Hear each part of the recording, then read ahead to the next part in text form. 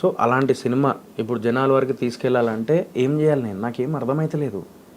ఇప్పుడు మనిషి ప్రాబ్లంలో ఉన్నప్పుడు గోకి, గీకి అన్నీ తీసి పెట్టేసి నేను గాని పాషాభాయ్ మెయిన్ ప్రొడ్యూసర్. నీకు తెలుసు ఎంత మంచోడు ఆయన. నీకు తెలవనిది ఏమున్నది?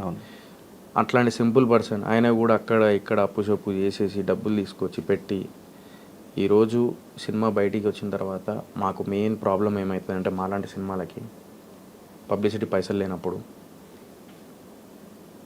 మార్నింగ్ షో కంపల్సరీ ఓపెనింగ్స్ రావాలి. ఫస్ట్ డే కంపల్సరీ ఓపెనింగ్స్ రావాలి.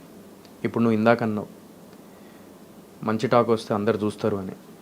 కానీ మంచి టాక్ వచ్చేదాకా వెయిట్ అందరు అట్లా అదే మైండ్ సెట్తో ఉంటే థియేటర్లో ఒక 10 మంది వెళ్తే వాడు షో వేయడు.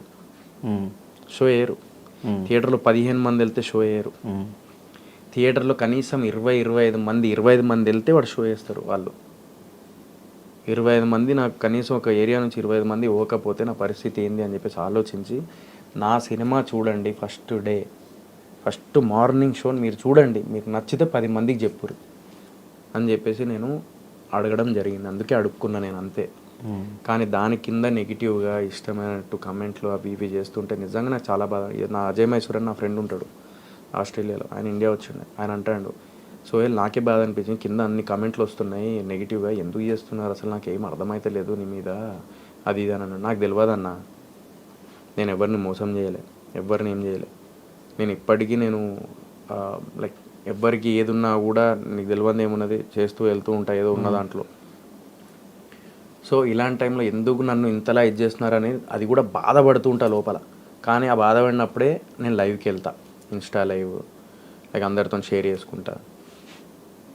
సో మనిషి బతికున్నప్పుడే వాడి వాల్యూ తెలుసుకోవడం అనేది చాలా ఇంపార్టెంట్ లైఫ్లో.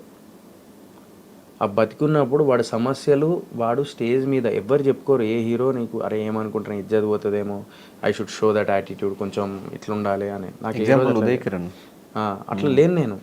నాకు అనిపించింది నేను చెప్పిన, నాకు అనిపించింది నేను చెప్పేసిన. నేను ఎందుకు చెప్పిన, బిగ్ బాస్ ద్వారా నేను చాలామంది ఇంటికి దగ్గరైనా, నేను వాళ్ళ కుటుంబానికి వాళ్ళ ఒక బ్రదర్ లాగా, ఒక కొడుకు లాగా, ఒక ఫ్రెండ్ లాగా, అరే మనోడు అని చెప్పేసి వాళ్ళ లెక్కనే ఉంటా కాబట్టి నేను దగ్గరైనా. వాళ్ళకి నా ప్రాబ్లం షేర్ చేసుకున్నా నేను స్టేజ్ మీద. దాన్ని కూడా సింపతి అని అదనేది అని చెప్పేసి అంటే నేను ఏం చేయాలి?